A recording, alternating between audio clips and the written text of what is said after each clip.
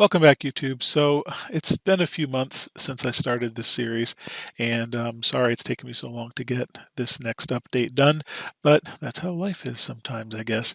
So this is bag C, and there's not much to bag C actually. It's mostly just the electronics. So what we've got is the servo and the speed control and the capacitor. So I know in the unboxing I said I was going to use an Onyx branded Hobbywing 1060. It's an Onyx rebrand of it, but I decided that I wanted to use a different connector. So if I'm going to cut the connector off, the Onyx came with the Dean's connector, which I have a number of. So if I'm going to cut one off, I'm going to cut off the Tamiya Molex style. So that's why I went ahead and swapped out the Onyx brand for the actual Hobbywing brand of the 1060. It's the same exact speed control. It's just that Hobbywing ships it with this Tamiya Molex style connector. I'm gonna be using this Savox waterproof SW1211SG servo because of its high torque rating and its waterproof capacity. And then also I've got a capacitor here because of the size of the tracks. I expect that this is going to have a pretty big draw on the speed control BEC, so I wanted to put in a capacitor to help with any spikes. So in order to swap out the Molex connector, first of all, I need to get the connector that I prefer, which is right now I'm really liking the Castle connectors. They're not a whole lot different than EC3. I think they're a little bit more robust than EC3. The downside to Castle is that you always have to solder them on. You can't buy a battery with a Castle connector. You can't buy an ESC with a Castle connector. So you always have to solder them on. I think if I were going to redo it, I probably would just go with EC3, but be that as it may, this is where I'm at. So these are the tools that I use to swap out the connectors. I have a little jig here that holds the wire in place while I'm soldering on the bullet connectors, and I have a stripper, of course. I have this nice soldering station, and I have this double-sided sticky taped with the tinning as well as the cleaning paste up on top, some flux. We've got the flux um, tape that I can pull any extra solder off if I get it places that I don't care for, and a cleaning end. So all of this soldering stuff really makes doing RC a whole lot nicer, especially when you're going to start swapping out connectors and whatnot. So this is what it looks like here with the Castle connector. Notice it says 4 millimeter. They also make a 6 millimeter version, but that's for more than 2S. So because this is only ever going to be on 2S, I went ahead and used just the 4 millimeter. They're smaller, they're lighter, they're nicer, taking up a lot less space than 6 millimeters. And then when I'm all done, this is what it looks like. So going to install the receiver into the tub, we use double-sided tape. But what I've discovered is that not only should you clean it with 99% alcohol, both the backside of the receiver box as well as the body tub, but you should also heat it up. So this is the nozzle of a hair dryer. So I'm blasting it down with high temperature from the hair dryer, and I do it for a good 30 seconds to a minute to try and get the back of this plastic nice and warm along with the body nice and warm. And then I apply the 3M VHB tape to the backside of the receiver box, and then I again heat that. Not only does the heat activate the glue so that it sticks better to the receiver box, but when the tape is hot, the glue on the tape will adhere better to the body. So I try to heat up both the body and the receiver box before and after I apply the tape. Once the receiver box is into the body tub, I went ahead and installed the capacitor. Now the capacitor, I plug it into the B channel for the receiver. This is a 4-channel receiver, so you can plug it in any one of these channels because I want to have all 4 channels available for operation. Luckily, this receiver also has a B channel, so that's where I plugged the capacitor into, is this B channel. And all this is going to do is it's going to charge up, hold a little bit extra charge so that if the servo, being a high voltage servo, pulls a high draw request when I'm turning those big tracks, that capacitor will give the battery a little bit extra assistance there so that when I'm trying to turn, or if I hit a big bump or something and need to correct for it, that will help reduce any glitchiness that might be induced because of the size of those tracks. You also might be able to see here, I used a small bit of tape, some of that VHB tape, to keep this from flopping around inside, because if it flops around too much, it's possible, unlikely but possible, that you could damage the capacitor. So having it glued in there, of course there's not much touching because this is a cylinder and this is a flat surface, so there's only a small little bit touching, but I figure some is better than none.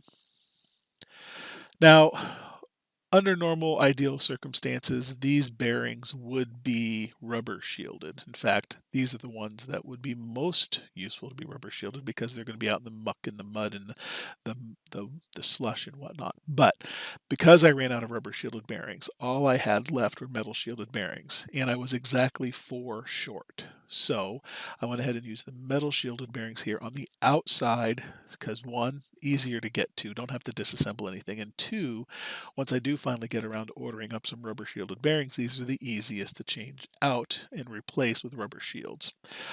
If I don't ever replace them, or if you're going to just use metal shield bearings, just know that you're going to have to disassemble the suspension a little bit in order to get to these bearings, in order to clean it out with canned air or what have you, and then re-lube them, which just turns into a pain in the butt, which is why the rubber shields are a lot nicer. And then, of course, I use the Tamiya 12mm hex metal adapter hop up because this is going to be run primarily in the winter, in the snow, when it's cold, and plastic hex hubs have a tendency to break, crack. So one of the few hop-ups that I would definitely recommend is using these metal hexes so that you don't end up snapping or cracking them. And I figured because of all the extra torque that was going to be running through here, having these be metal would really be beneficial. So this is what the track looks like, right? So this is you notice that these little knurled knobs here, let me back it up a slide, those align with the edges here, these little ribs on the suspension arm on the hub. So if you push forward, you can see that these little grooves line up with that. So that's what keeps the track from just rotating around in a big circle like the wheel would. The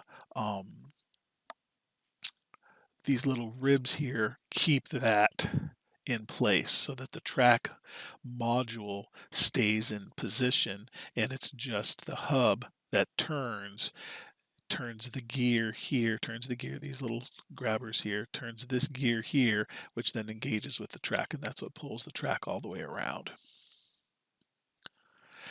Now, once the track was installed on the car,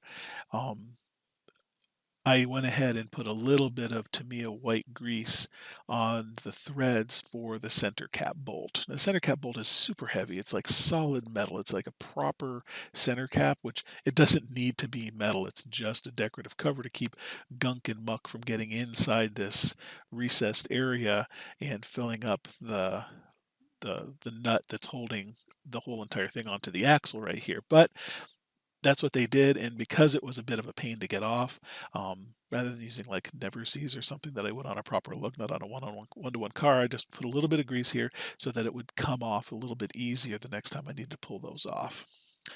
So this is what the thing looks like done, with the battery in and the all the metal bits and then the tracks on. And I gotta say, I think it looks pretty badass. One of the things that you might notice, I don't remember if I said in one of the other videos, but I'll reiterate it here. If I did, you can see in the back here, I've got the rear aluminum upgrade uprights have been removed because the plastic ones were required with the track because of those aforementioned little knobs or nubs that stuck down that kept the track from rotating around and around and around. If I had used these upgraded aluminum hubs, it wouldn't have worked. The tracks would have just spun around like a wheel. So something to learn. And then I went ahead and used the TT-02B pink special body off my daughter's buggy, just to give it a test run to see how it worked with these tracks.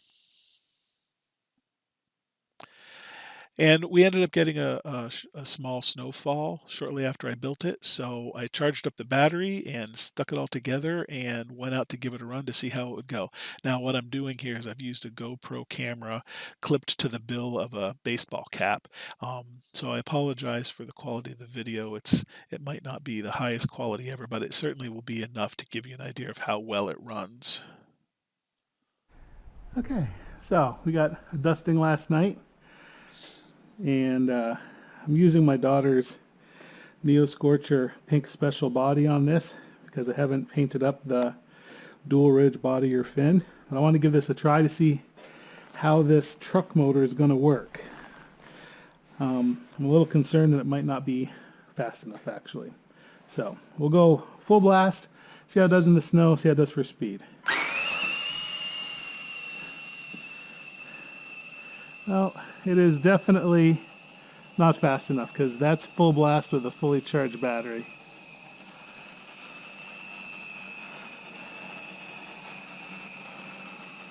Try it off the pavement. Well, it seems to be unstoppable, but my goodness, it's plowing up a little bit. It is definitely not that exciting to drive. I think we're going to have to switch this out for sure.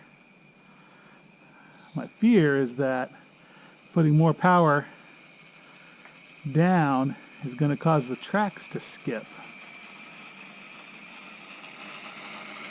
But this is entirely underwhelming with this semi-motor in here. But boy, these tracks are pretty neat looking, huh? And we're clearly dragging the bottom.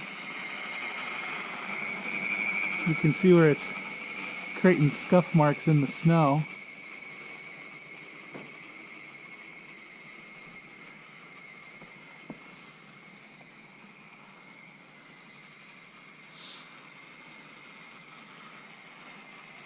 Well, this is just not gonna do. Yeah, absolutely not.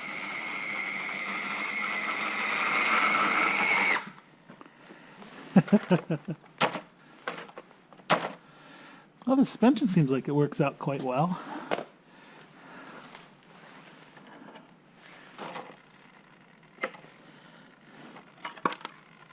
Get a new antenna cap. And surprisingly, the inside of the tub stayed fairly clean too. So, well, I guess this motor's got to go. We'll put I think we're going to go with a dirt tuned. That's a 27 turn. This is a 33. And I also have a 17 tooth pinion in here. I could probably switch it out to the 20. That would also gain me a little bit of speed. Alright, we'll see what happens when I switch the motor out. Okay, so one of the things that I didn't mention in this video was that both the battery and the motor were pretty warm. And as it turns out, I later discovered that it was the drag created by the tracks, that it wasn't a problem with the motor or the gearing or the battery, but it actually was the tracks themselves. But before I discovered that, I went ahead and tried the 27 turn. Now, I didn't try a dirt tune motor because I didn't happen to have one, but I did happen to have a stock axial 27T motor that came out of my son's axial deadbolt. We pulled out the 27T and put in something higher turned. So it was just a brand new motor sitting in my box. I went ahead and gave that a try. So we set it up with the 20 tooth pinion. So this is what that looks like installed. And once the cover got on, this is what the buggy looked like all ready to go. Now, the exact same thing happened. I didn't even bring it into the snow. I just tried it around in my basement, and it was still, with a full battery charge, moving at a snail's pace. Full blast. I have seen grasshoppers that were more lively than this thing. So it hadn't yet occurred to me what the real problem was, but even with the full charge, even with this crawler motor in, and as you can see, it has built-in cooling fans. The motor was still getting extremely hot. The battery was still getting extremely hot. So I decided one last attempt, and I went ahead and ordered up a Superstock BZ. Um, I've had excellent results with this motor and other TT-02s that I've run, and I know what speed the vehicle should have running this motor. And again, it was completely underwhelming. A baby could crawl faster than what this thing was moving at, and it got the hottest of the bunch. So it finally dawned on me that maybe it's not the motor or the gearing or the battery, but maybe it's actually the tracks themselves. So I did a little bit of investigating, and the amount of rolling resistance that those tracks have is just through the roof. I don't think a 540 motor is usable with these tracks. I think that if somebody wanted to use these tracks in a TT-02, which they have to go on because of the way the hub is designed, you would have to put a 550 size can motor into the car, which of course doesn't fit with the receiver box. Um, I think the best way to use these tracks is with a 550 sized can, brushless, sensorless motor, and pair that with um, a ESC that has both the speed control and the receiver integrated into a single unit to free up some space in the tub to fit the enormous size can. Now, doing that would really stress the gearbox because the gearbox in these cars is just plastic. Now, not that you can't use plastic gears with a 550 can, I just don't know how long they're going to last.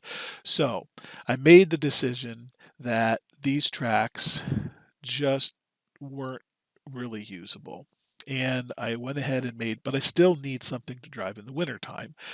So I made the decision to move forward with an alternative to the tracks, which I landed on monster truck tires. So I went ahead and bought a couple of pairs of Proline Badlands. These are pre-mounted tires on 2.8-inch wheels.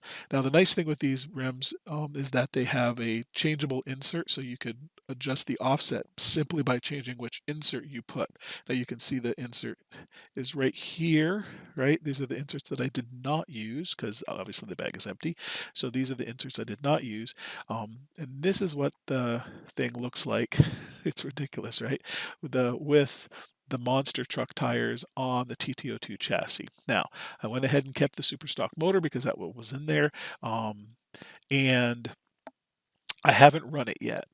I'm not gonna run the car with these tires and my daughter's TT-02 Neo Scorcher body because at full lock, these tires right here, well, these knobs on the tires at full lock will actually rub and catch on the body, and because it's a limited edition body on her Neo Scorcher, I don't want to damage that body, so I'm going to have to do up the um, the body that came with this kit and cut the body back enough so that at full lock, because at full lock it doesn't hit the tub, what it does is it catches the edge of the body. So this is what it looks like with the monster truck tires on it. I think this should be more than enough flotation in order to allow me to drive it in the snow. We're going to have to see.